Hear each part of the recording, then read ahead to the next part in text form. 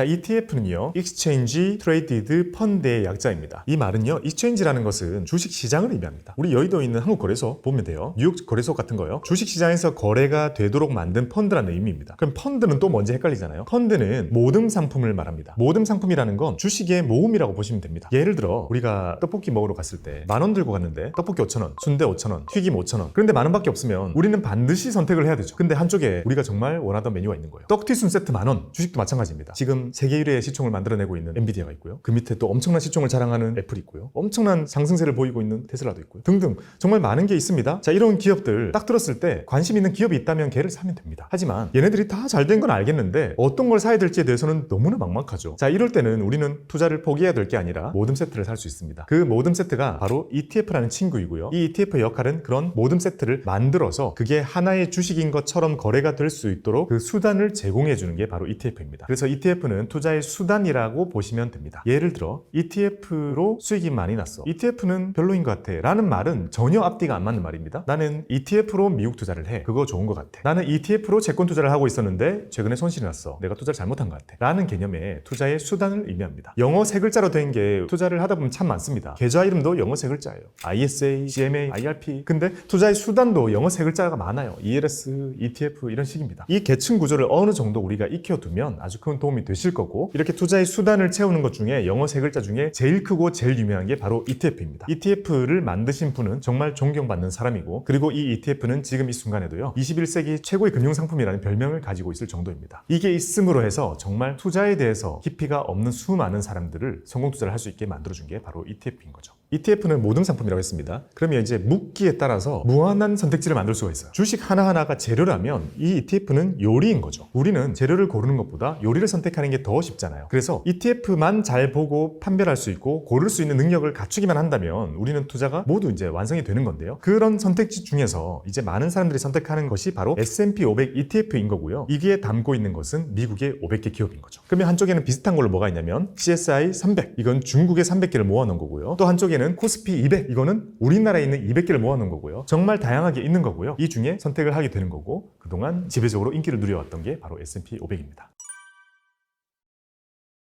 우리가 투자를 시작할 때 정말 든든하고 마음 편해할 수 있는 투자가 뭘까라고 떠올려 볼 때 많은 분들이 일단 이렇게 생각하실 것 같아요. 전 세계에서 가장 큰 미국의 S&P 500이라는 곳을 투자를 하면 이런 사람 찾기 힘들더라, 이런 얘기들을 많이 하게 되는 거죠. 자, S&P 500이라는 건요, 미국에 있는 정말 많은 기업들을 S&P라고 부르는 스탠다드 앤 푸어스라고 하는 그 회사에서 대표적인 기업 500개를 묶어가지고요 지수라는 것을 만들어냅니다. 자, 지수라는 것을 만들어내는데 이 지수를 왜 만들어내는지를 생각해 볼 필요가 있어요. 자, 예를 들어 제가 만약에 다이어트를 시도한다고 해보겠습니다. 한 달 뒤에 저 다이어트 성공한 것 같습니다. 제 몸무게 75kg예요 라고 했을 때 여러분들이 몇 킬로였는데 75가 된 거야? 성공이야 실패야? 느낌이 안 오죠. 지수를 만드는 이유는 아주 간단해요. 어떠한 수치를 들었을 때 이게 오른 건지 내린 건지를 바로 인지하기 위해서 지수라는 것을 만듭니다. 제 몸무게를 그냥 100으로 환산할게요. 한 달 뒤에 봅시다. 한 달 뒤에 만나가지고 제 몸무게 지수는 103입니다. 실패했네 라고 인지하기가 너무 쉽죠. 자, 그래서 지수는 이렇게 만들어지는 겁니다. 모든 지수가요 10 또는 100 아니면 1000으로 만들어진다고 보시면 되고, 이게 시간이 많이 지나 올라있기 때문에 우리가 지금 보는 수치들은 3,500, 6,700, 2만, 1, 2만 이런 걸 보게 되는 거고요. 출발점은 항상 그런 식이었습니다. 한 명의 몸무게는 쉬웠지만 좀 더 많은 걸 묶어볼게요. 다이어트 학원이 있어요. 50명이 와서 수강을 해요. 그럼 100kg인 사람도 있고 75kg인 사람도 있고, 이걸 전부 다 합해가지고 그냥 100으로 환산하면 돼요. 그리고 한 달 지나서 103 이러면 전체적인 사람들의 몸무게가 올랐구나라고 우리는 인지할 수 있는 거죠. 마찬가지로 미국에 있는 500개 기업을 묶었습니다. 이 500개 중에 어떤 건 오르고 어떤 건 떨어졌는지를 알 수도 없고, 전체를 다 합한 게 성장했는지 성장 못했는지도 우리가 알 수 없잖아요. 그걸 나타내는 제일 쉬운 방법이 바로 지수를 만드는 것입니다. 그리고 S&P 500은요 놀랍게도 1950년도에 10으로 출발합니다. 남의 나라니까 살짝 어렵죠? 제껴둘게요. 우리가 익숙해하고 자주 보는 것은 코스피입니다. 코스피 지금 얼마죠? 지금 4,000을 코앞에 두고 있습니다. 3,900 얼마예요? 코스피는요 1980년 1월 4일에 100으로 출발합니다. 1980년이면 지금 1980년생 너무나 어리죠. 그분들과 같이 태어난 코스피가 100으로 태어난 게 지금 4,000인 거예요. 40배가 성장한 거죠. 우리나라의 증시 자체가 40배 성장했다는 의미입니다. 즉 이것만 보면 우리는 어떤 생각도 들어요? 1980년생이 지금 이렇게 커오는 동안 시장이 40배가 10배가 성장했으면 돈을 어떻게 잃을 수가 있지? 왜냐면 우리는 그 안에서 단기적으로 돈을 잃기 때문인 거죠. 마찬가지로 미국에 있는 S&P 500은 심지어 10으로 출발한 게 지금 6,700입니다. 정말 많이 성장했죠. 너무 많이 성장했죠. 그러다 보니 이 S&P 500에 투자를 했던 많은 사람들의 인생이 많이 바뀌었고, 또 하나 S&P가 유명해지게 된 이유 중에 하나는요, 미국에서도 엄청난 오래전 과거에는 투자는 도박이라고 생각했습니다. 그래서 많은 사람들이 노력을 해서 제도를 계속 바꿉니다. 그게 바로 퇴직연금이었습니다. 퇴직연금을 도입했어요. 이제는 회사 다니면서 열심히 일만 하는 사람도 투자를 할 수 있게 만들어버린 거예요. 퇴직금이 한쪽에 쌓이는데 그게 투자로 이어지게 됩니다. 그리고 그 투자는 당연히 S&P 500으로 기본적으로 넘어가게 된 거고요. 그리고 얼마 지나지 않아 그래도 투자를 안 한 사람들이 있어가지고 이제 퇴직연금 제도는요, 가만히 있으면 S&P 500이 사지도록 거의 제도를 뜯어고칩니다. 그래서 정말 많은 사람들의 퇴직금이 자연스럽게 TDF를 통해 S&P 500을 깔아주는 형태로 많이 들어갔고, 이 자금들은요 미국의 증시를 밑에서 받쳐주는 엄청 좋은 역할을 또 했습니다. 그리고 방금 말씀드린 것처럼 퇴직연금이 들어간 거잖아요. 퇴직하기 전에는 못 찾아요. 그러니 강제적으로 20년 30년 동안 S&P 500을 산 거죠. 그 사람이 정말 많습니다. 그리고 은퇴할 때쯤이 되었을 때는 그분들이 이거 뭐야? 이 내 돈이야? 라고 하는 사람들이 정말 많아진 거죠. 미국에는 연금 부자라는 말이 아주 흔하게 쓰이고요. 정말 많습니다. 자, 연금 부자들을 만든 건 그 한 명 한 명 개개인이요 투자를 잘해서가 아닙니다. 미국 사람들, 우리나라 사람들보다 훨씬 몰라요. 하지만 그 많은 사람들을 부자로 만들어줬던 건 이런 분위기와 제도였습니다. 그리고 놀랍게도 지금 우리나라도요 401k라는 그 퇴직연금 제도를 적극적으로 받아들이고 있고, 디폴트 옵션도 도입이 되고 있고, ETF 시장 커지는 거 안 봐요. 퇴직연금은 지금 450조 원이 넘었고 ETF는 250조 원 넘었습니다. 그리고 개인연금 가입자가 지금 조금 있으면 1000만 명이 될 겁니다. 이렇게 모든 게 고도 선장을 하고 있다는 것은 우리도 당연히 미국처럼 그렇게 될 거다라고 생각을 해야 되는 거예요. 그러면 당연히 우리도 지금 하고 있는 이런 거 배우는 것들 실행을 해야 될 거고, 그들 같은 미래가 올 거라고 기다려야만 되는 거고요. 먼저 S&P 500을 사시는 거라면 쪼개는 거는 완전히 무의미합니다. 전혀 도움도 안 되고 피곤하기만 하고 아무런 도움도 되지 않습니다. 들어있는 것이 완전히 똑같아요. 비용 차이, 프로세스의 차이만 있는 것이지 결국 내가 얻게 되는 것은 완전히 동일하기 때문이죠. 그래서 S&P 500을 사겠다라고 한다면 하나만 사면 그냥 해결됩니다. 중요한 건 1000만 원으로 나눠야 되는 것의 필요성은요, S&P 500을 나누는 게 아니라 자산군을 나눠야 됩니다. S&P 500을 1000만 원 중에 500만 원을 샀다면 나머지 500만 원은 예를 들어 금 ETF를 100만 원씩 사고, 미국의 채권 ETF를 300만 원씩 사고, 한국의 주식을 100만 원씩 사고, 이런 식으로 전혀 영향을 받지 않는 것들을 섞는 것이 훨씬 의미 있는 일입니다. 그래서 동일한 것을 쪼개는 것은 피해야 될 법입니다. 그거는 완전히 잘못된 생각일 수 있습니다. 왜냐하면요, 자, S&P 500이 지금처럼 좋았던 적은 과거에 없었어요. 지금 너무 좋고요. 그리고 우리가 투자를 본격적으로 시작한 이후에 계속 좋았기 때문에 지금 우리는 여기에 너무 맹신하는 경향이 있는데요, 놀랍게도 제 책을 보시면 아시겠지만 미국의 지수만을 사는 것에 대해서는 엄청 경계하는 말씀을 많이 드리는 편입니다. 왜냐하면 제가 겪었던 과거의 현업에서의 미국의 지수는요 사실 되게 답답했습니다. 그런 날이 안 올리라는 보장도 없고, 그리고 많이 오른 것의 특징은 충격을 받을 때도 되게 세게 받는다는 것이 있죠. 저는 여러분들이 높은 수익을 얻는 것을 제1의 목적으로 하지 않습니다. 제가 제1의 목적으로 생각하는 거는요, 어떤 투자를 하던 간에 중단하지 않게 만드는 게 제일 중요하거든요. 왜냐하면 그 어떤 투자를 하더라도 중단을 하는 게 항상 최악의 결과를 가지고 왔단 말이에요. S&P 500만 사는 것도 좋은 투자 맞아요. 하지만 그거를 우리가 결국 성공으로 끝내기 위해서는요, 중간중간에 생기는 변동성, 급락장 또는 금융위기 같은 것들이 생기더라도 이겨내야 되는데, 미국 지수의 모든 거를 샀을 때 이겨낼 수 있을까 하는 사실 의구심이 듭니다. 투자를 정말 전문적으로 한 사람이라면 모든 역사는 다 이겨냈거든요, S&P 500이. 그래서 할 거라고 믿어요. 하지만 S&P 500이라는 지수도 금융위기 같은 일이 생겼을 때는요 절반 가까이 하락했고, 나스닥은 훨씬 많이 하락했고요. 개별 주식을 접근했다면 훨씬 더 많이 하락했을 거기 때문에, 개별 주식은 사는 거는 지수를 사는 거라고 해서 주식이 아닌 건 아닙니다. 주식 100이라는 포트는 여전한 거고, 그 포트를 선택을 하셨다면 거기에 맞는 시장에 대한 공부를 정말 많이 하셔야만 됩니다. 그래서 제 결론은요, 그렇게 추천드리지 않습니다.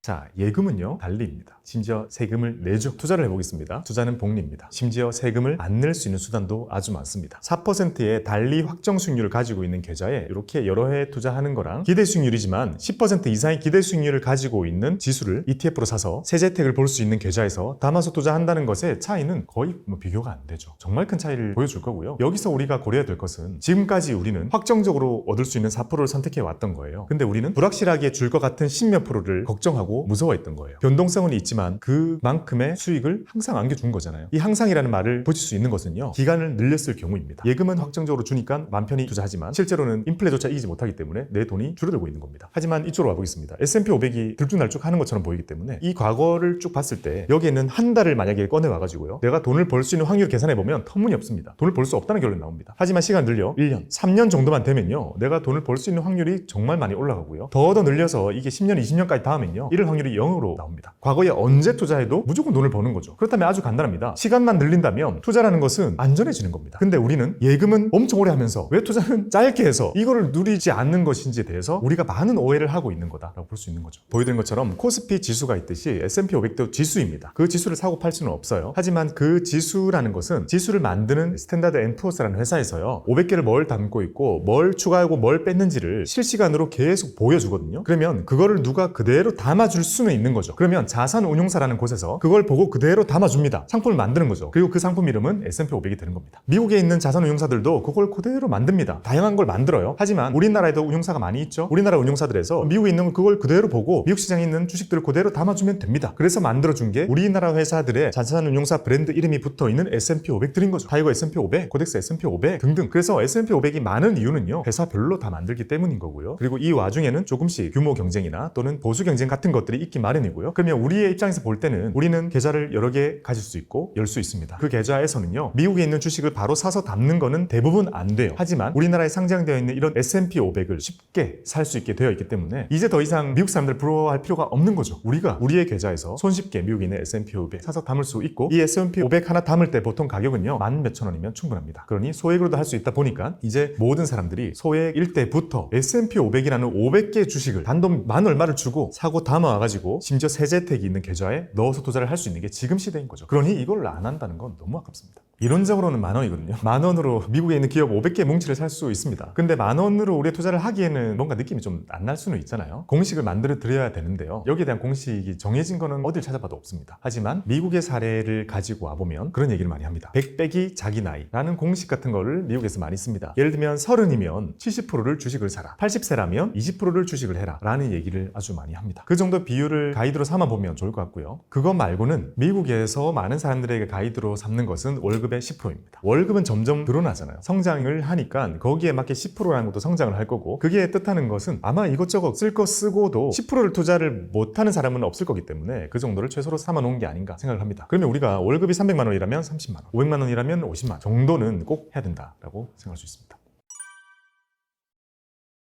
ETF는요, 마치 자기 자신이 주식인 것처럼 상장이 되어 있습니다. 거래가 그렇게 된다는 거예요. 그래서 여러분들이 앱 켜가지고요, 주식 종목 검색란에다가 S&P 500 이렇게 딱 적으면 정말 많이 나옵니다. 먼저 1차적으로 말씀드릴 수 있는 거, 이들의 결론이 거의 다르지 않아요. 미세한 차이만 보여줍니다. 왜냐하면 똑같은 걸 추종하기 때문인 거죠. 그렇다면 차이는 어디에서 오는가? 비용에서 오고요, 그리고 규모에서 오고요, 그리고 그들의 운용 능력 같은 것들이 조금씩 차이가 나게 되고, 그게 누적이 되었을 때 의미 있는 무언가가 나옵니다. 그렇다면 지금 우리가 좋은 ETF를 고르기 위해서 무엇을 고려해야 되는가라고 봤을 때 저는 이렇게 말씀드립니다. 크면 좋은 거 3개, 낮으면 좋은 거 3개, 이 기준을 비교를 해보고 여기에 부합되는 것을 선택하시면 됩니다. 크면 좋은 거 3개는요, 첫 번째는 규모입니다. ETF도 저마다 사람들이 선택한 규모가 다를 거 아니에요. 제일 큰 ETF가 무조건 제일 좋다라고 말씀드릴 수는 없어요. 그거 말이 안 되지만 우리가 예를 들어 해외여행을 갔습니다. 처음 왔어요. 식당 골라야 됩니다. 어디 고르는 게 제일 그래도 실패가 없나요? 가장 리뷰 많은 곳이죠. 하지만 가장 리뷰가 많은 곳이 가장 맛있는 곳일 확률은 아닌 거잖아요. 실패가 적다는 것을 의미하는 거기 때문에 리뷰 보고 가면 실패는 안 하듯이 ETF를 고를 때도 일단 많은 사람들이 선택했다는 덩치, 그걸 선택했을 때 충분히 만족하실 수 있을 겁니다. 자, 한 발 더 나아가서 거래량을 보시면 됩니다. 거래량이 많은 것을 보시는 게 좋은 건데요. ETF도 저마다 거래를 하는 사람들이 많이 하는지에 따라서 거래량이 찍히게 되는데요. 거래량이 많다는 것은 내가 이 ETF를 매수할 때 혹시 내가 비싸게 사거나 혹시 내가 싸게 팔거나 하는 그런 리스크를 줄여줄 수 있습니다. 그래서 거래량을 보시는 게 두 번째가 되고요. 클수록 좋습니다. 그 다음에 세 번째로 모든 것의 결과는 수익률로 결정이 되죠. 똑같은 것을 추종하는 ETF들도요, 저마다 조금씩 미세한 수익률의 차이를 보여준다고 했죠. 그런 것을 볼 때 수익률이 좋은 ETF를 눈여겨보는 것도 좋은 방법이 될 겁니다. 자, 이렇게 3개가 될 거고요. 여기서 더 나아가서 조금 더 디테일하게 파헤쳐보고 싶다라고 한다면 낮으면 좋은 거 3개를 함께 봐주시는 것이 좋은데요. 첫 번째는 괴리율입니다. 괴리율이라는 것은요, 이 ETF가 일시적으로 사고 싶은 사람이 많으면 가격이 올라갑니다. 그리고 순간적으로라도 파는 사람이 많으면 내려가게 되겠죠. 자, 이게 일간으로 원래 얘가 가져야 될 그 가치라는 것이 있는데, 그거에 비해서 너무 비싸게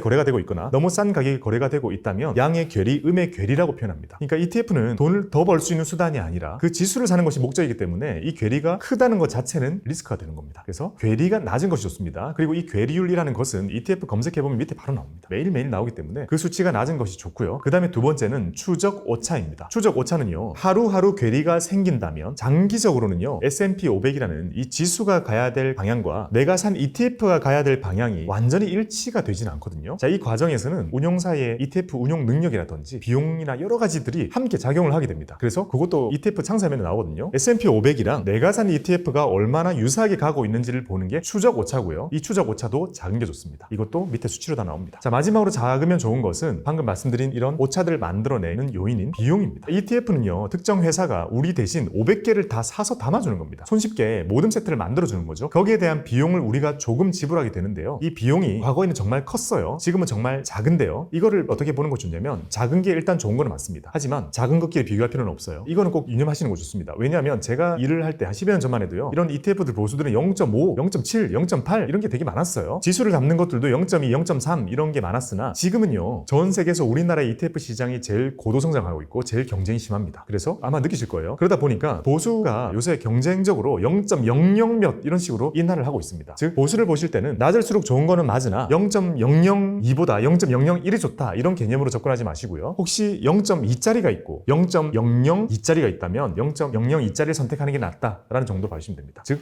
6개를 보실 때 이런 관점에서 비교를 하셔가지고 골라주시면 되겠습니다.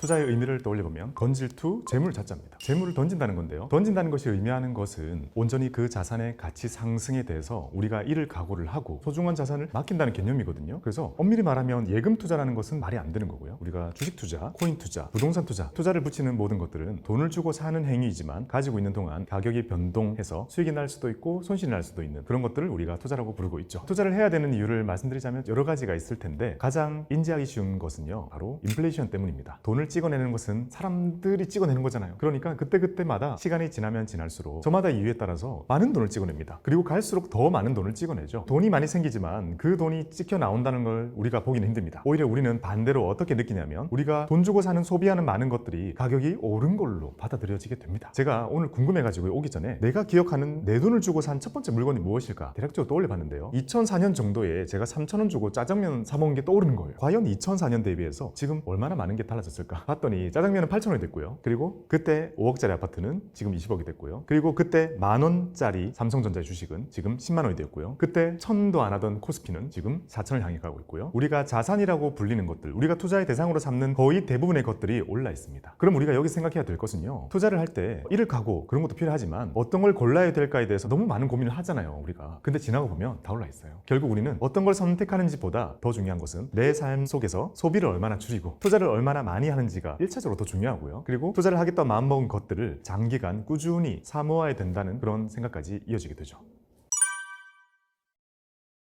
연금 하면 대부분의 사람들이 저녁에 뭐 먹을지도 고민돼 죽겠는데 내가 30년 뒤에 나를 챙겨야 돼? 라는 생각이 드실 거예요. 물론 저도 그랬고요. 근데 제가 연금을 강조하게 된 것은요. 제가 금융권에 취업을 하게 되면서 연금에 대한 교육을 계속 받으면 받을수록 우리가 정말 노후 준비가 안 돼 있구나 라는 생각이 1차적으로 들었고요. 그리고 노후 준비가 나름 잘 되었다고 생각이 되는 그런 선진국들의 사례까지 배우게 된 거죠. 사실 정말 공격적인 투자가 정말 많습니다. 그런 공격적인 투자는요. 나의 소중한 사람에게 이걸 해라고 말할 수 있을까에 대해서 저는 벽이 좀 높게 느껴졌고요. 결국에 제가 주변에 많은 사람들에게 투자를 알리는 사람이 되기 위해서는 확률 높은 투자를 찾아야만 했는데요. 그 중에서 이 연금 투자는요. 너무나 높은 확률을 가지고 있었습니다. 이론적인 걸 공부해 봤을 때도 명확한 확신을 줬었고요. 그때 제가 그런 생각이 들고 공부를 하게 되면서 고객을 챙기듯 주변에 있는 많은 사람들을 아직 나도 겪어보진 않아서 이게 어떤 효과를 줄지는 모르겠지만 이거 많이 한대 해야 된대 라고 생각해서 많은 분들에게 해드렸거든요. 그리고 제가 현업에서 일을 하면서 그 많은 사람들의 10년 후의 계좌 그런 것들을 봤을 때도 확신을 가질 수가 있었습니다. 정말 큰 파워로 정말 많은 사람들에게 도움을 주게 되었습니다. 연금 투자는요 기본적으로 돈을 뽑을 수가 없습니다. 그러면 사람들은 본능적으로요 조금 더 장기 전략에 많은 투자를 하기 마련이고 조금 더 무심하기 마련입니다. 하지만 그런 게 필요하고요. 그런 것들이 잘 어우러져서 한 사람의 인생에서 정말 큰 돈을 만들어줄 수 있는 연금이 만들어집니다. 제가 해야 될 역할은 그 시작점을 설득하고 만들어드리는 게 저희 역할뿐인 거죠. 많은 분들이 연금, 노후? 야 그거는 지금 투자하고 있는 거 지금 내가 하고 있는 거 잘 되면 다 해결돼 라는 생각을 가지실 거예요. 저도 정말 오랜 기간 동안 연금의 세제택이 왜 저렇게 어렵게 있고 세법 공부 저렇게 해야 되는 이유를 잘 모르겠는 거예요. 왜냐하면 지금 내가 하고 있는 투자에 대한 변동성과 수익이 훨씬 컸거든요. 저는 얼마 되지도 않을 것 같고 이랬었는데 주식 투자는요 기본적으로 기대 수익률이 10% 이상이죠. 미국의 지수를 산다고 하더라도요 S&P 500이 보여주는 기대 수익률은 10에서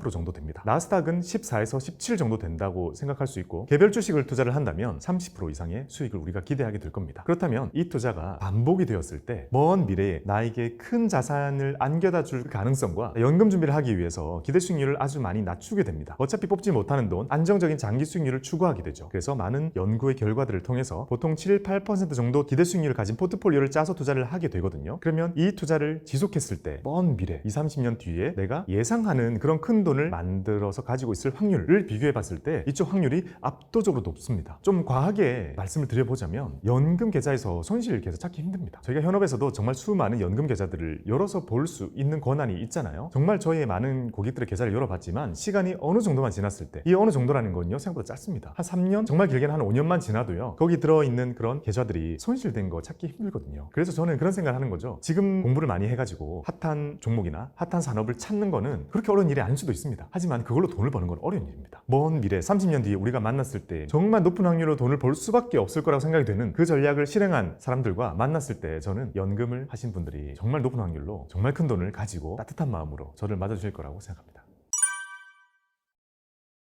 연금 하면요 우리가 머릿속에 떠오르는 거는 국민연금, 그리고 요즘에 많이 들리는 퇴직연금, 그리고 연금저축, 연금보험, 주택연금 이렇게 좀 떠올리실 것 같습니다. 우리가 흔히 많이 듣는 연금들인데요, 이런 것들을 카테고리를 조금 명확하게 구분을 해보면 3층 연금이라고 흔히 부르죠. 1층을 깔아주는 것이 국민연금입니다. 국민연금은 우리가 회사를 다니는 동안 내가 월급 받을 때마다 9%만큼 근로자 절반, 회사 절반 뚝 떼가지고요 그 근로자의 이름으로 국민연금관리공단에 차곡차곡 쌓이게 되죠. 그러면 얼마나 오랫동안 얼마나 많이 냈는지 그게 기록이 쌓이게 되고 언젠가 먼 훗날 이 사람이 은퇴했을 때 국민연금을 받게 되는 날이 오면 그 시점에 계산되어 있는 그런 요율 같은 것에 따라서 돈을 조금씩 받게 되는 거죠. 누구나 받게 되는 연금인데요, 잘 생각해보면 이것도 특이한 게 완전한 자본주의 사회라 볼 수 있는 미국에는 이런 거 없거든요. 좀 이상하잖아요. 내 돈으로 남의 노를 챙겨주는 거잖아요. 자, 이거는 어찌 보면 아주 공동체 의식이 되게 강한 나라의 자본주의가 자리 잡은 우리나라만의 특색입니다. 그래서 어찌 보면 우리는 최소한의 가난을 피할 수가 있게 쌓여 있는 거죠. 돈을 많이 버는 사람도 있으니까 이 사람들이 돈을 완전히 못 버는 사람들을 어느 정도 도와주고 보전해주는 제도가 옛날부터 깔려 있었던 게 살아있는 거죠. 자, 그게 국민연금 1층이고요. 요거는 금액이 사람마다 다르기 때문에 명확히 확정할 수는 없지만 제가 일반적으로 지금 회사를 정규직으로 꾸준히 오래 평범하게 다니신다는 가정하에는요 약 100에서 150만 원, 지금 우리가 체감하는 그 정도의 돈을 나중에 연금으로 수령하시게 될 겁니다. 지금 체감하는 100에서 150이라 했잖아요. 이게 먼 훗날에는 금액이 다를 거란 말이에요. 300, 400일 수도 있습니다. 그만큼은 국민연금은 자동으로 반영을 해주기 때문에 지금 우리가 체감하는 그 정도만큼을 깔아주게 됩니다. 그러면 우리가 노후 준비할 때 그것만으로 부족하죠. 그래서 더 준비해야 되는 것은 바로 위에 있는 퇴직연금입니다. 자, 퇴직연금은요 회사를 다닐 때 퇴직금이 어디선가에 쌓이고 있죠. 그 퇴직금으로 투자를 하게 만드는 아주 좋은 제도입니다. 방금 보면 국민연금은요 내가 월급 받기 전에 이미 떼버리죠. 회사에서도 떼가지고 내버립니다. 그래서 자동으로 쌓입니다. 이걸로 투자를 할 수 있게 열어주는 게 바로 퇴직연금의 종류라고 보시면 되고, 퇴직금이 이제 투자로 이어지게 되는 겁니다. 그리고 그 위에 마지막으로 쌓이는 게 개인연금의 영역입니다. 개인연금은 연금저축과 IRP로 크게 구분해서 생각하시면 되고요. 또 한편으로는 보험사에서만 할 수 있는 연금보험 같은 것들이 있지만 투자의 영역에서는 주로 연금저축과 IRP만을 얘기하게 됩니다. 그러면 퇴직연금은 퇴직금이 쌓이는 건데, 이 개인연금은요 놀랍게도 자발적으로 내 발로 금융기관에 걸어 들어가가지고 계좌 개설을 해서 거기에 내가 언젠가 노후에 쓸 돈을 내가 넣는 겁니다. 자, 그러면 국민연금과 퇴직연금과 완전히 성격이 다르죠. 우리나라는 엄청난 노후 대란이 예정되어 있는 나라입니다. 우리 같은 나라에서 누군가가 자기 돈으로 월급 떼가지고 이렇게 노후 준비를 한다 그러면 당연히 혜택을 줘야겠죠. 상을 줘야겠죠. 엄청난 상을 줍니다. 그게 바로 세액공제라는 혜택을 줍니다. 그리고 그 세액공제는 워낙 크고 파워풀하기 때문에 지금 이 3층 연금 중에서 맨 위에 있는 개인연금을 챙기시는 분들의 보통 스타트는 세액공제를 받기 위해 또는 연말 정산에서 뱉어내지 않기 위해 액션을 취하는 게 보통 1순위가 됩니다. 자, 이렇게 3개가 쌓여지게 되고요. 이 금액은 개인마다 너무나 다르겠지만 어쨌든 이걸로 우리는 최소 나중에 지금 체감하는 월 300만 원 이상의 돈을 받아야 지금 우리가 규정하는 그래도 가난하지 않은 삶, 어느 정도 여유가 주어지는 삶을 만들 수 있다고 보는 거죠.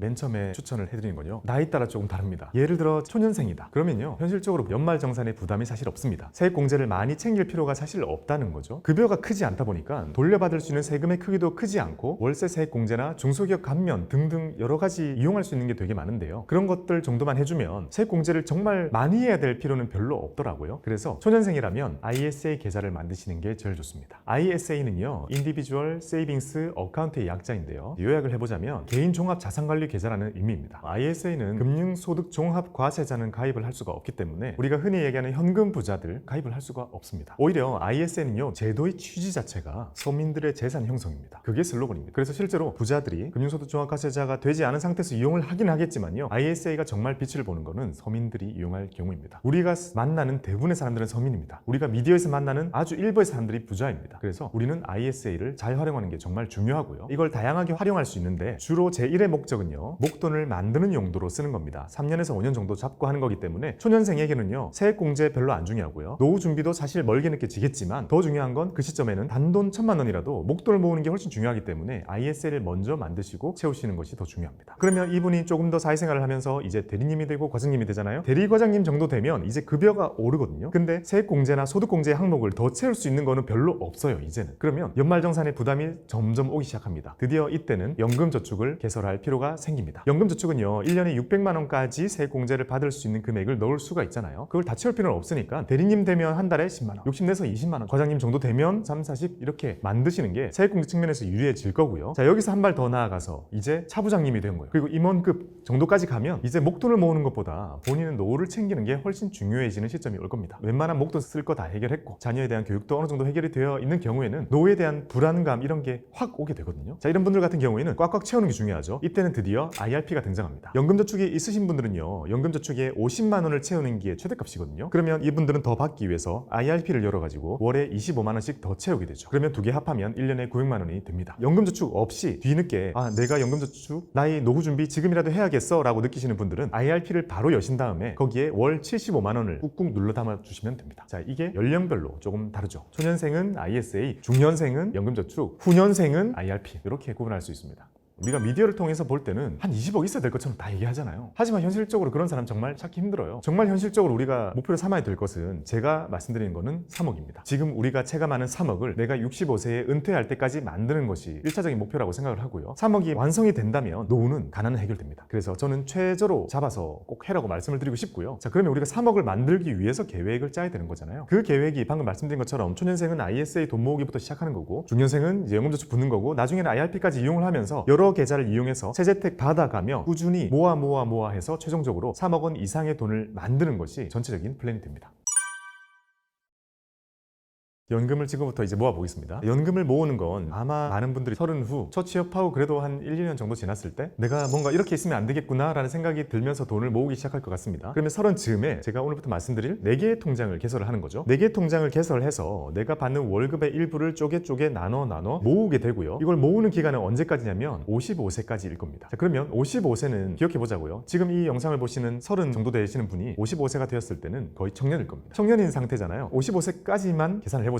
그리고 10년 정도는 그냥 거치만 하는 겁니다. 돈을 더 버는 게 아니라 돈을 다 쓰지만 않으면 들어있는 돈들은 계속 투자가 되기 때문에 10년 동안 거치를 해서 65세 때부터 어차피 국민연금 나오잖아요. 그때에 내가 그동안 모아왔던 연금저축을 수령 신청을 한다라고 보시면 됩니다. 그러면 기본적으로 30부터 65세까지라는 약 30년 이상의 저축기간, 투자기간이 주어지게 되는 거고요. 그 다음에 65세 때부터는 대략적으로 내가 100살까지 산다고 봤을 때 약 20, 30년 정도의 수령기간, 일을 하지 않으면서 다 쓰는 기간이 주어지게 되죠. 자, 이 큰 그림에 대한 계획을 먼저 세워야 되는데 30부터 퇴직을 일찍 하시는 분들은 60세나 55세 정도가 될 거라고 우리가 예측해 볼 수 있습니다. 자, 이 기간 동안에는요, 돈을 불리는 것에 집중해야 됩니다. 집중을 하되 중요한 것은 너무 높은 기대 수익률을 가지면 안 되고요. 기대 수익률을 조금씩 낮추되 정말 꾸준히 빠짐없이 많이 넣는 게 제일 중요합니다. 높은 수익률을 추구하면 안 된다고 말씀드린 이유는요, 예를 들어 연금저축을 모아 가다가 처음에 이렇게 돈이 작은데 적극적으로 불려야지 하면서 테마 ETF를 하잖아요. 수익 30% 막 났어요. 그러면 더 못 삽니다. 돈을 더 못 넣어요. 그리고 30% 난 그 섹터가 그 다음 연도에 훨씬 낮은 수익률을 준다는 거 역사적으로 검증이 되어 있는 부분이잖아요. 즉 출금 못할 계좌에서 그렇게 한다는 건 우리의 계획이 완전히 틀어지게 되는 거거든요. 그래서 전통적으로 모든 이런 기금 운용은요, 어쨌든 기대 수익률을 눌러 달성 가능한 확률을 높이면서 꾸준히 붙도록 하는 게 중요한데 그게 균형을 잡은 것은 7, 8% 정도가 됩니다. 우리가 주식으로 얻을 수 있는 거는 30% 이상의 수익률입니다. 그리고 예금으로 얻을 수 있는 거는 2% 정도밖에 안 되죠. 그 중간을 딱 메꿔주는 자산 없거든요. 아주 높은 확률로 7, 8%를 따박따박 주는 상품은 존재하지 않습니다. 그래서 위에 있는 것을 끌어내리고 밑에 있는 것을 올려서 섞어가지고 그 중간을 만들어내는 개념이 되는데요. 7, 8 정도로 맞췄을 때는 그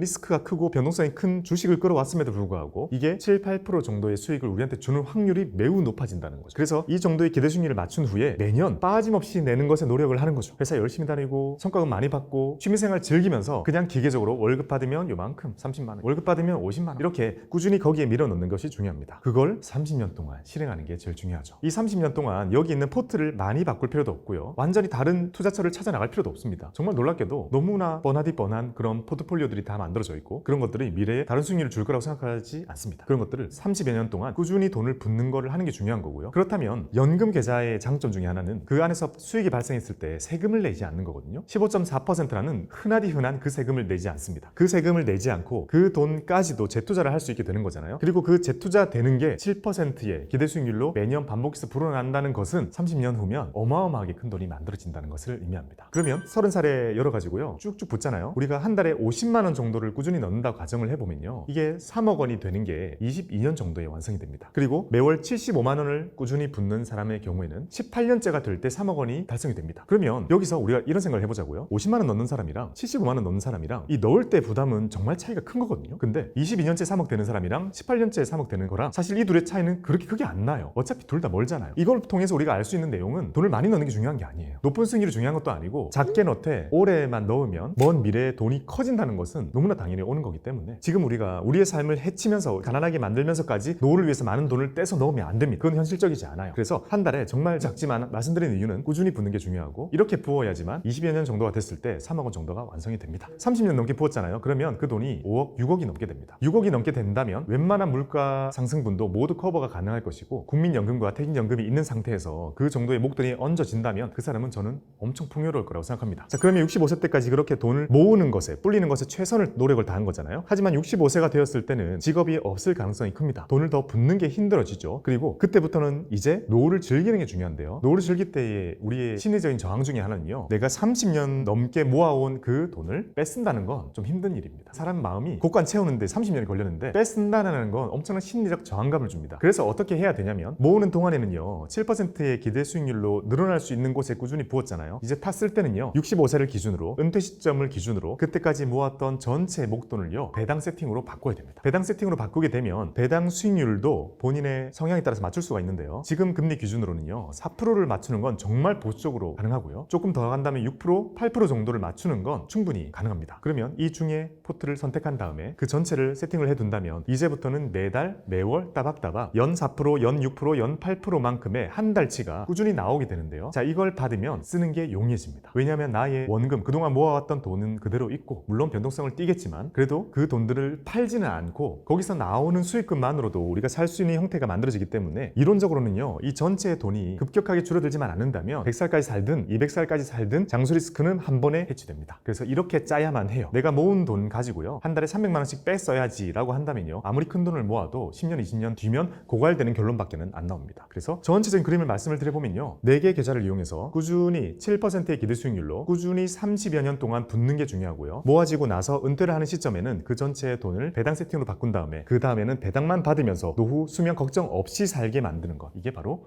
전체적인 그림입니다.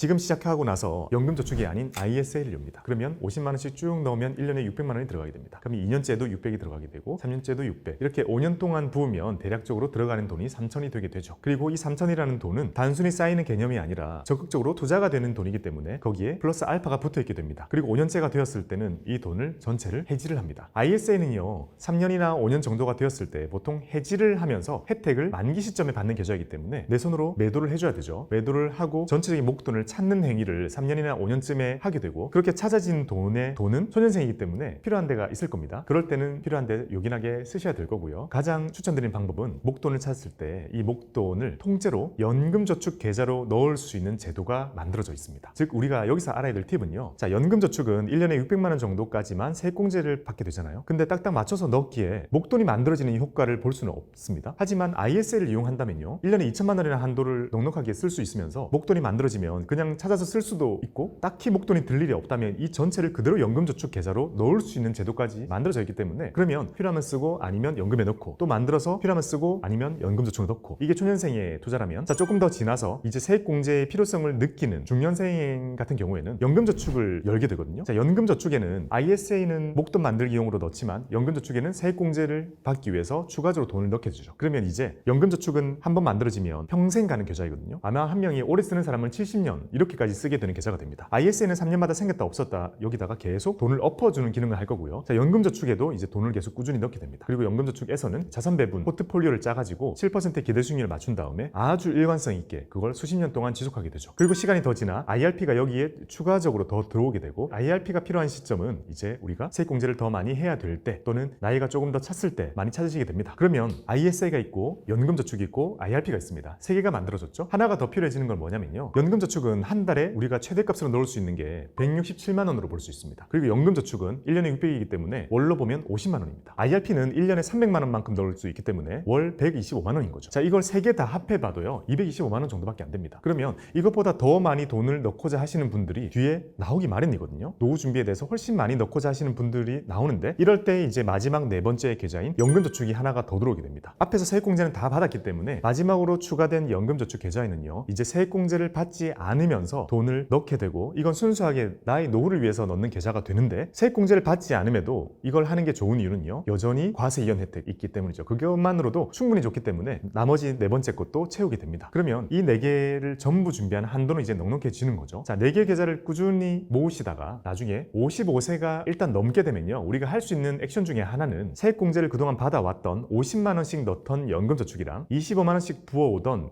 IRP랑 합칠 수가 있습니다. 그러면 계좌가 3개로 줄어들죠. 그리고 심지어 ISA는 3년마다 생겼다가 없었다 하기 때문에 주력으로 가지고 가는 계좌는 2개가 됩니다. 자, 이 상태가 자연스럽게 올 거고요. 근데 놀랍게도요. 아주 뒤에 하나가 더 추가가 되거든요. 그 하나가 더 추가되는 건 퇴직을 하면 퇴직 IRP가 추가됩니다. 계속 내 이름으로 쌓이던 퇴직금이 나를 계속 따라다니고 내가 마지막으로 진짜 은퇴를 했다 싶을 때 IRP 하나를 만들어서 그동안 쌓여왔던 퇴직금을 받게 됩니다. 그리고 그 계좌는 퇴직 IRP라고 이제 이름을 붙이게 되죠. 그러면 이제 그동안 계좌가 추가가 되다가 줄어들기도 하고 하나가 더 추가가 되기도 하죠. 그래서 엄밀히 말하면 4개 통장이라는 것이요 항상 4개 정도를 관리하게 되지만 조금씩 변화가 계속 있습니다. 근데 이것들을 우리가 다 챙겨야만 하고 잘 챙겼을 때 가장 베스트한 시나리오를 만들 수가 있는 거죠. 그러면 먼 미래에 정말 내가 은퇴를 했을 때 나에게 남게 되는 것은요 그 시점에 ISA가 있을지 없을지는 모르죠. 그 시점에 가면 정말 그동안 모아왔던 모든 목돈이 모인 연금저축이 있게 됩니다. ISA가 몇 번이나 없어지면서 돈을 부어줬을 거고 내가 세액공제를 받기 위해서 꾸준히 부어줬을 거고 그리고 수십 년 동안 돈을 모아줘 왔던 IRP에 있던 돈까지 엎어져 있기 때문에 가장 큰 연금저축이 하나가 완성이 되게 될 거고요. 여기에 퇴직금 받은 IRP 하나 더 이렇게 계좌가 만들어지게 될 겁니다. 그 즈음에 가면 이런 것들을 세금을 고려해서 수령을 하는 전략 같은 경우는요 사실 그 시점에 가서 공부를 해서 세금 부담 없이 받을 수 있는 많은 방법이 있기 때문에 그 시점을 걱정하기보다는 이걸 만드는 것에만 초점을 맞추셔도 아마 충분할 겁니다. 대부분의 사람들은 50만 원으로 시작하지 않고 좀 더 작게 시작하지만 점점 더 많이 늘리게 됩니다. 그래서 나중에는 200만 원, 300만 원 정도까지 올라가게 되죠. 근데 만약에 50만 원만 꾸준히 30년 동안 넣어본다라고 한다면요 ISA 모아서 연금저축을 업고 요것만 했을 때 나오는 게 3억입니다. 22년 차에 나오는 게 50만 원만 냈을 때요. 사실 이게 50만 원 훌쩍 넘게 막 돈이 들어가잖아요. 이 돈은 너무 커서 비현실적으로 느껴집니다. 그래서 50만 원만 넣어도 만들어진 돈은 연금저축에만 고스란히 들어있게 되고 그 돈이 3억이 됩니다. 미니멈을 말씀드려도 3억이라는 것을 말씀드리고 싶어요. 전혀 늦지 않았고요. 그리고 최근 들어서 이런 것들을 접하셨다는 것도 이상한 일이 아닙니다. 제가 지금 이렇게 책과 삶이라는 정말 큰 곳에서 연금을 주제로 얘기한다는 것은 믿을 수가 없는 일입니다. 제 현업에 있을 때는요 연금이 붙어있는 상품은 정말 아무도 신경 안 쓰고 아무도 하고 싶어 하지 않고 노후를 걱정한다는 건 그것만큼 미련한 일이 없다고 생각할 만큼 사람들이 무관심해 오던 것이었거든요. 그래서 지금 아시게 된 것에 대해서는 전혀 슬퍼하시거나 그렇게 하실 필요는 전혀 없고요. 그렇다면 현실적으로 지금 우리가 뭘 할 수 있는지를 고민하는 게 중요한데요. 자, 연금 준비는 기본적으로 65세 때까지 붙는다는 가정을 하죠. 그리고 만약에 65세 때까지 계산을 했는데 지금 60세라고 하더라도 5년밖에 못 붙는 거긴 하죠. 하지만 붙는 기간은 5년이지만 연금저축은 강제로 다 쓰는 수령 기간이 10년입니다. 그러면 아무리 늦게 시작해도 15년. 그리고 연금저축에 있는 룰 중에 하나가요. 이걸 열고 나서 최소 5년 이상은 붓고 나서 수령 신청을 할 수가 있단 말이에요. 그러니 누가 해도 15년인 거예요. 45세 시작을 해도 15년이 주어지는 겁니다. 그렇다면 15년이라는 시간은 부족한가? 전혀 그렇지 않습니다. 만약에 늦게 시작하셨다고 해서 정말 극단적으로 한 60세에 시작을 하셨다고 해도 65세 때까지 5년 동안 불 수가 있죠. 그리고 그분은 아마도 다른 걸로 돈을 모으셨을 거란 말이에요. 예적금 있을 거고 또는 부동산이 있을 겁니다. 또는 회사에서 열심히 내가 인풋을 넣은 것에 대한 대가로 높은 급여를 받는 임원이실 수도 있는 거죠. 그렇다면 남들보다 충분히 많은 인풋을 넣을 수 있는 시간이 주어진 것일 거고, 그렇다면 5년이라는 시간 동안 제가 앞에 말씀드렸던 ISA와 연금저축 두 개를 꽉꽉 채운다고 해볼게요. ISA는 2천만 원 넣을 수 있죠. 연금저축에는 1,800을 넣을 수 있습니다. 이때는 IRP를 바로 터는 게 낫겠죠. 늦었으니까. 그러면 3,800만 원을 넣을 수가 있습니다. 자, 이걸 5년 동안 넣을 수가 있죠. 그리고 5년 동안 우리는 7%의 기대수익률로 계속 불릴 수가 있습니다. 그 후에 내가 진짜 일자리를 잃는 그런 퇴직이 있다고 하더라도 그 시점에 5년 동안 정말 꽉꽉 채워놓았던 그 목돈을 이용해서 배당 세팅을 충분히 할 수 있고, 그렇다면 남아있는 수령하는 10년 동안 내가 모아놓은 돈은 계속 투자가 되는 거잖아요. 그러니 완전한 배당으로 하지 않고 남아있는 돈도 상당 부분 불어날 수 있는 투자까지 병행을 하신다면 10년이 더 투자가 된다는 개념입니다. 15년이라는 시간은요, 우리가 늦었다고 하기에 너무 긴 시간이 아닐까요? 연령별로 최악의 습관이 다른데요. 하나씩 말씀드려 볼게요. 먼저 20대. 사실 제일 어렵습니다. 왜냐? 제 20대를 떠올려보면 제가 20대 때 투자를 가장 엉망으로 한 것 같아요. 이유는 무엇일까? 떠올려보면 20대가 제일 어림에도 불구하고 제일 시간을 많이 쓸 수 있음에도 불구하고 제일 급했던 것 같아요. 20대가 투자에 실패하는 많은 이유 중에 하나는요, 시간이 중요하다는 것을 아직 모르기 때문인 거예요. 그래서 그때는요, 우리가 젊음이라는 것에 가치를 더 크게 부여하거든요. 사실 막상 저도 나이가 들어보니 20대의 젊음이 중요한 것보다 차라리 조금 더 부유한 30대가 훨씬 낫다는 생각을 정말 많이 하거든요. 그리고 그것보다 훨씬 부유한 40대가 훨씬 행복함에도 불구하고 20대 때는 뒤가 너무 안 보이는 거예요. 40대 때 부유한 거 필요 없어. 지금 20대가 정말 즐거운 거야. 이게 중요해. 지금 내가 사고 싶은 거 하나 더 사고 지금 내가 경험하는 게 더 중요해라는 것에 좀 사로잡히는 것 같아요. 그래가지고 오히려 20대 때 더 빨리 돈을 벌기 위해 무리를 하는 경우가 많은 것 같습니다. 그래서 저도 짧은 20대였지만 20대 후반에 제가 평생 해야 될 어이없는 투자들, 정말 부끄러운 투자들 그때 다 했던 것 같고 그때 이후로는 다시는 안 했던 것 같아요. 그래서 그걸 이겨내기 위해서 필요한 것이 무엇일까? 그때와 지금이 다르다는 것은 우리가 적어도 지금은 보고 들을 수 있는 많은 매체가 있잖아요. 그리고 그 매체들 중에서는 아마 그런 메시지를 주는 것들이 많이 있으리라고 생각됩니다. 좋은 책과 좋은 영상, 좋은 채널들 많이 있다고 생각합니다. 이렇게 좋은 책과 삶 같은 영상을 많이 보신다면 많은 분들께서 도움이 될 것 같습니다. 20대에 정말 적합한 좋은 투자라는 것은 사실 없습니다. 투자는 언제나 좋은 투자를 하는 게 중요하고요. 그걸 하기 위해서 우리가 많은 허들이 있는데 아쉽게도 20대 때 그게 너무 힘들었기 때문에 40대가 된 제가 말씀드린 부분은 나이가 중요한 게 아니라 수익 큰 게 더 좋습니다. 그게 더 중요합니다. 거기에 포커스를 맞춘다면 조금 바꿀 수 있지 않을까. 저는 부동산 투자와 주식 투자를 많이 고민하시는 분들에 대해서 정말 많은 질문을 받잖아요. 그리고 말씀 주신 30, 40대 분들 또는 이제 어느 정도 육아를 하고 계신 이런 분들께서 맞벌이 하시면서 그 고민을 하실 때가 되게 많아요. 근데 보통의 경우에는요, 부동산에 대한 투자가 어느 정도 예정이 되어 있고 그 틈을 이용해서 주식 투자를 하고자 하는 수요가 많은데 아쉽게도 그런 투자는 보통 성공 잘 안 됩니다. 그렇다면 우리가 할 수 있는 것은 무엇인가? 부동산 투자하면 좋아요. 그리고 여전히 대한민국에서만큼은요, 부동산 투자가 가지고 있는 확률이 가장 높아요. 그건 어쩔 수 없습니다. 그렇다면 만약에 두 부부가 부동산 투자를 적극적으로 하는 것을 선택을 했다면 다른 주식 투자는 안 하셨으면 좋겠어요. 뭘 하시면 좋냐면요, 연금 하셨으면 좋겠습니다. 연금을 주식 투자랑 직결시키지 않고 말씀을 드리고 있는 부분입니다. 왜냐하면 짬을 이용해서 주식 계좌 터가지고 그래 부동산 대금 가지고 우리 한 5년만 투자하자 이런 투자는 절대 반대입니다. 돈이라는 게 참 야속하고 얄밉거든요. 미스터 마켓이 마치 존재하는 것처럼 5년 투자하잖아요. 그럼 4년 동안 엄청 즐겁게 해주다가 5년째 다 뺏어갑니다. 그리고 나중에 집 매수할 때 엄청 고생하고 그래요. 그걸 너무 많이 봐가지고 저는 그런 투자는요, 미스터 마켓이 거부한다 생각해요. 시장에 오래 있을 돈이 아니기 때문에 수익이 안 줍니다. 그런 건 안 통하고 차라리 우리의 메인 투자는 부동산이 되는 거잖아요. 그거는 그거대로 하되 여전히 연금저축이나 IRP 열어가지고요, 한 달에 조금이라도 각자 자기의 연금 모으는 게 훨씬 낫다고 생각합니다. 훨씬 확률이 높을 거고요. 그렇게 해도 되는 이유는 주식 투자를 안 하더라도 부동산이라는 곳에 자산의 대부분이 투여가 되어 있는 거잖아요. 그 상태는 사실 나쁘지 않아요. 제일 힘든 거는 둘 다 안 하는 거죠. 소비만 하면서 끝나는 욜로의 삶이 최악인 상황인 겁니다. 왜냐하면 부동산도 자산입니다. 언젠가는 올라갑니다. 주식도 마찬가지인 거예요. 변동성만 다를 뿐인 거예요. 자, 자산을 가지고 있다는 것은 저는 투자를 하고 있는 거기 때문에 긍정적인 삶의 방향이라 생각합니다. 오히려 어려운 건 지금의 그 즈음에 있는 세대에서 부동산의 투입금이 너무 많이 필요하니까 그냥 포기하고 주식도 할 거면 그냥 테마주 이런 거 하고 그냥 쓰는데 더 많이 쓰자 하면서 욜로로 선택하는 사람들이 많잖아요. 저는 그게 고쳐야 될 거라고 생각하지, 그게 아니라면 자산을 가지고 있는 행위는 빚을 많이 내고 있다고 하더라도요, 괜찮다고 봅니다.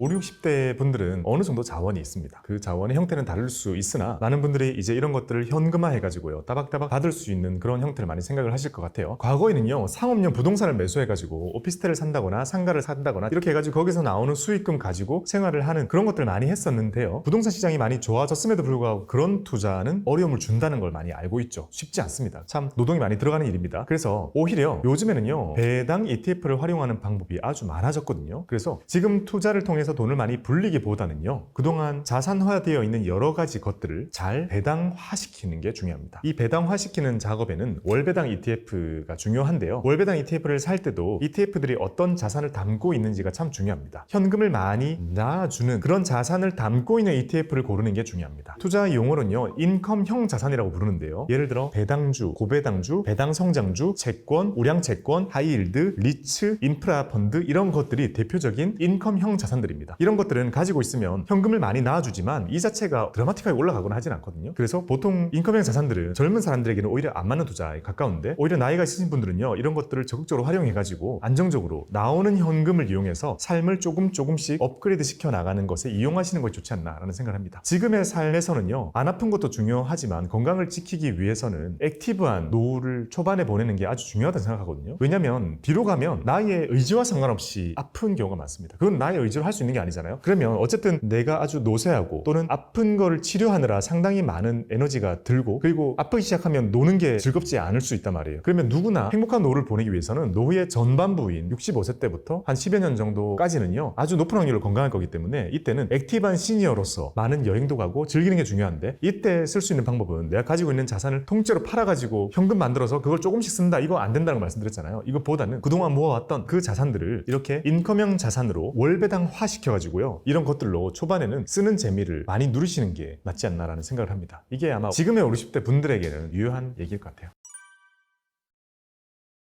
투자와 투기를 구분하는 게 아주 애매하고 어렵습니다. 투자와 투기. 우리는 부동산 투자라고 부르면서 한쪽에는 부동산 투기라고 부르죠. 자, 주식 투자라고 하면서 주식 투기라고도 부릅니다. 자, 이거를 규정하는 것을 저마다 참 다양한 방법으로 정의를 하고 있는데, 제가 규정하는 방법은 이렇습니다. 투기는요, 반복할수록 가난해지는 거. 투자는요, 반복할수록 부유해지는 거라고 생각합니다. 누군가가 투기의 형태로 지금 아주 핫한 테마 주식을 그냥 샀어요. 남들이 많이 사니까, 그냥 핫하니까 돈을 일시적으로 벌 수도 있어요. 당연히 지금 많은 사람들이 쫓아드는 만큼 내가 사고 나서도 쭉 올라갈 수 있죠. 그래서 운 좋게 팔았습니다. 큰 돈을 벌 수도 있습니다. 크게 샀다면. 하지만 그건 투기인 거죠. 왜냐하면 반복이 불가능한 거죠. 반복이 불가능하다는 것은 이 동일한 투자를 10번 했을 때 9번 다 맞췄는데 한 번 틀리면요, 전 재산을 잃습니다. 이건 투기인 거죠. 그에 반해서 투자는요, 반복하면 반복할수록 부유해질 확률이 높아지는 게 투자라고 생각합니다. 제가 아까 말씀드린, 제가 책을 통해서 말씀드리고 있는 배당 투자, 자산 배분 투자, 또는 미국 지수를 사는 투자, 이런 투자를 계속 반복했을 때 저는 가난해질 거라고 생각하지 않습니다. 아주 높은 확률로 부유해질 거라고 생각을 합니다. 왜냐? 시간이 계속 가고 그 시간을 계속 이용하고 있기 때문에 자연스럽게 화폐가 가지고 오는 인플레이션에 대한 것을 우리는 수익으로 느낄 수 있을 거라고 생각합니다. 즉, 시간을 내 편에 둔 투자를 한다는 거죠. 하지만 우리가 투기의 형태로 단기적으로 한다면 투자라는 것이 가지고 있는 장기 복리 효과를 제외시켜 놓고 투자를 하는 거잖아요. 그러니 여기서는 승산이 거의 없다고 저는 생각합니다. 문제는 지금도 많고요, 앞으로도 많을 겁니다. 우리가 그런 투자를 많이 쫓게 되는 건 본성이기 때문인 거죠. 여러 가지 작용하는 게 있는데요, 예를 들면 우리는 많은 사람들이 가는 쪽으로 갔을 때 불안감을 덜 느낍니다. 그 이유는 옛날 원시시대부터 우리는 남들과 다른 길을 가면 죽었기 때문이라고 해요. 그래서 많은 사람을 따라갔을 때 안정감을 느끼는데요, 투자에서는 이거는 나쁘게 작용되잖아요. 근데도 많은 사람들이 가서 사고 팔고 있는 주식을 내가 하고 있을 때 마음이 편해지는 거죠. 자, 이런 심리적인 것 때문에 첫 번째는 자연스럽게 그런 분위기에 휘말리게 되는 것일 거고요. 그리고 또 하나는 많은 책을 보면 투자를 하면서 정말 많은 일부의 사람들이 부안애동한 투자를 한다는 게 과거에도 많은 기록들이 있습니다. 그러니 지금은 투자 인구가 더 많아진다고 해도요, 비율이 달라지지는 않는다고 생각해요. 결국 중요한 것은 많은 사람들이 올바른 투자를 외쳐가지고 이 사람들을 그런 투자를 하지 않게 만드는 것도 중요하지만, 한 발 더 나아가서 나는 어디에 있는 것인가에 대해서 고민해보는 게 또 하나의 중요한 부분이라고 생각합니다. 돈을 버는 부분은 소신파라고 불리는 소수입니다. 하지만 많은 사람들이 잃는 쪽은 부안애동한 영역이라 볼 수 있는데, 내가 혹시 여기에 있진 않은지 곰곰이 생각해보는 것도 도움이 될 것 같습니다. 놀랍게도 제가 증권사 다닐 때 증권사에서는 투자 대회를 많이 엽니다. 그리고 아주 높은 확률로 아무것도 안 하면 최상위권입니다. 20% 이상의 상위권이 들어가요. 그 말인즉슨 투자 자체는요, 투자의 거래가 많아지면 많아질수록 불리하게 작용한다는 것을 의미하거든요. 그래서 도박적인 것에 투자하는 위험한 것을 쫓는 것도 불필요하지만 잦은 거래를 피해야 된다는 것도 또 하나의 요인이 되죠.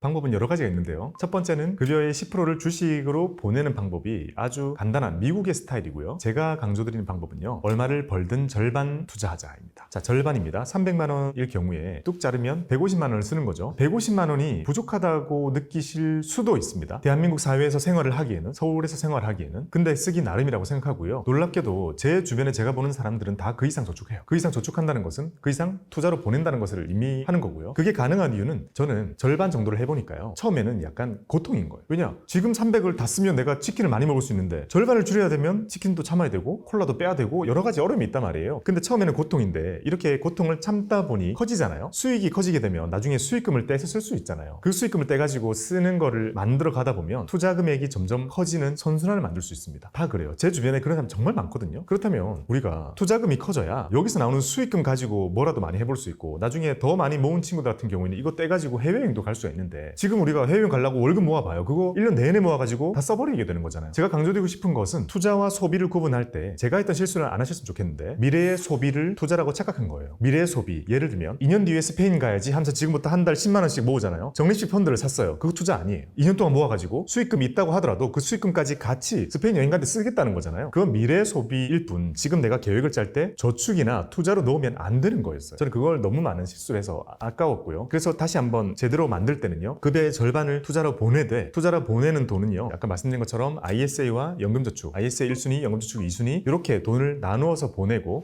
ISA에서 3년 이상 지나서 목돈이 되어 찾을 때 그때 수익금이 이만큼이 붙어서 나오게 되거든요. 그 수익금의 일부 떼가지고 그걸로 맛있는 거 사 먹거나 옷을 사거나 여행을 가는 것까지 그때 하는 게 더 좋은 선순환 구조라고 생각을 합니다. 투자를 할 때요. 우리가 선택지가 정말 많다는 것을 놓치는 경우가 많습니다. 우리가 주식을 투자의 전부라고 느끼고 있지만 증권사에서 다루는 상품들 중에서요. 주식은 일부이고요. 그리고 기대 수익률이 제일 높은 상품입니다. 다 여기에 있는 거고요. 그러면 나머지 것들은 비어 있느냐? 그렇지 않습니다. 증권사에 가도요. 1%짜리, 2%짜리도 있어요. 3%, 4%도 있고 5%, 6%, 7%, 8% 정말 다양하거든요. 이런 많은 것들을 다 제껴두고 투자는 주식이지 하면서 개별 주식에 간다는 것은 저는 아쉬운 부분이긴 하죠. 우리가 투자를 주식으로 시작하는 것은 당연하다고 생각해요. 주식은 가장 좋은 자산이기 때문에 그리고 우리가 가장 직관적으로 느낄 수 있는 기업의 소유권의 일부이기 때문에 지분증권의 줄임말인 거잖아요. 그걸 익히기가 쉽기 때문에 주식으로 시작하는 거지 거기로 끝나면 안 됩니다. 시작은 주식이더라도 그 밑에 있는 수많은 선택지들을 놓치면 안 된다는 건데 예를 들면 증권사에도요. 거의 예금에 준하는 단기금리형 상품들이 많이 있습니다. 발행어음이라는 것도 있고 CD라는 것도 있고 코퍼라는 것도 있고 소퍼라는 것도 있고 MMF라는 것도 있고 국채라는 것도 있습니다. 국채는 대한민국에서 제일 안전한 자산입니다. 예금보다 더 안전한 거죠. 이런 국채, 이런 많은 것들, 이런 투자들은 위험하지 않습니다. 아주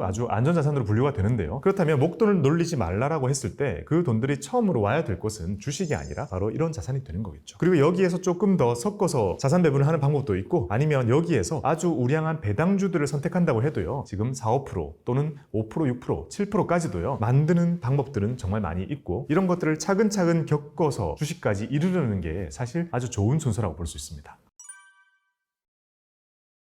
우리 책가상 구독자 여러분, 제가 연금책을 써가지고 이렇게 주목을 받게 된다는 사실도 참 놀랍고요. 이렇게 좋은 자리에서 여러분들에게 연금에 대해서 말씀드릴 수 있다는 것만으로도 정말 영광입니다. 그만큼 연금에 대한 필요성을 느끼시는 분들 그리고 연금을 좋아해 주시는 분들이 많이 있는 것 같아서 내심 아주 뿌듯한 생각이 많이 듭니다. 저는 책을 쓰고 연금을 또 얘기하면서 많은 사람들에게 얘기를 하면서 그런 생각을 많이 했습니다. 높은 확률로 돈을 벌 수 있을까? 이분들이 정말 높은 확률로 우리가 정말 노인이 되어 30년 뒤에 만났을 때 지금 앞에 계신 피디님과 우리가 웃으면서 만날 수 있을까? 라는 것에 대해서 정말 고민을 많이 했습니다. 책에 대한 또는 모든 생각의 결과점을 먼 미래로 보냈습니다. 노후에 저도 알 수 없는 미래로 보낸 거잖아요. 그래서 그런 고민을 많이 하면서 책을 썼고요. 저는 나름 제가 알고 있는 것들을 종합했을 때 답을 얻었다고 생각합니다. 확신을 가지게 되었고 적어도 제가 생각하는 대로 쓴 책과 제 메시지대로 하셨을 경우에 노후가 불행해지는 않겠구나. 의외로 정말 행복해지겠구나라는 생각을 더 많이 하게 되었습니다. 혹시 이 영상을 보시고 나도 연금 투자를 시작해봐야겠다 라고 행동의 변화를 조금이라도 느끼셨다면 저와 약속 하나만 해주시길 부탁드립니다. 이 책에 있는 그 에필로그 부분인데요. 30년 뒤에 혹시 제가 그때도 유튜브를 하고 있다면 저희 노인이 되겠죠. 70대가 돼 있을 텐데 댓글 하나만 남겨주세요. 제가 기대하는 댓글은 이런 거죠. 30년 전에 책가삼 채널에서 그 책 보고 연금해야 되겠다 생각해서 시작을 했던 게 지금 30년이 지나 내가 노인이 된 지금 정말 다른 그 어떤 자산보다 이게 나를 행복하게 만들어주고 있다. 그래서 고맙다라는 그 메시지 한 줄만 남겨주신다면 그런 댓글을 읽는 게 아마 유튜버로서는 가장 행복한 노후가 아닐까라는 생각을 합니다.